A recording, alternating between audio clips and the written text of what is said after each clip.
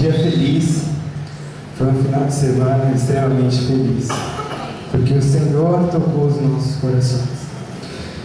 Gente, vocês sabem que eu sou chorão, então se eu começar a chorar aqui, releva. Eu não sou seminarista, não sou pastor ainda, então está num estado meio híbrido ainda. Gente, tudo isso que aconteceu